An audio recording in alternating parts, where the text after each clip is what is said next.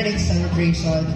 And again, so I'll be asking our waiters to kindly approach our guests na wala pa po activity right now because it's already 4:25 on the clock. We're about to start our pre-activity game program while waiting for the arrival of the newlyweds.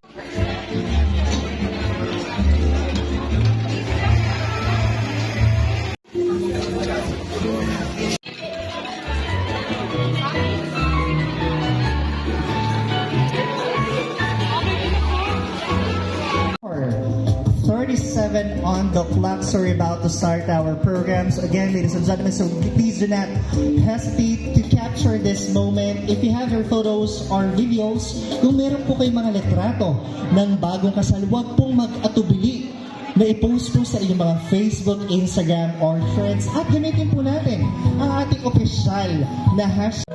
We thank you for this wonderful day and for gathering us here to celebrate love, family, and the beautiful union of Jed, Ivan, and Martzaira.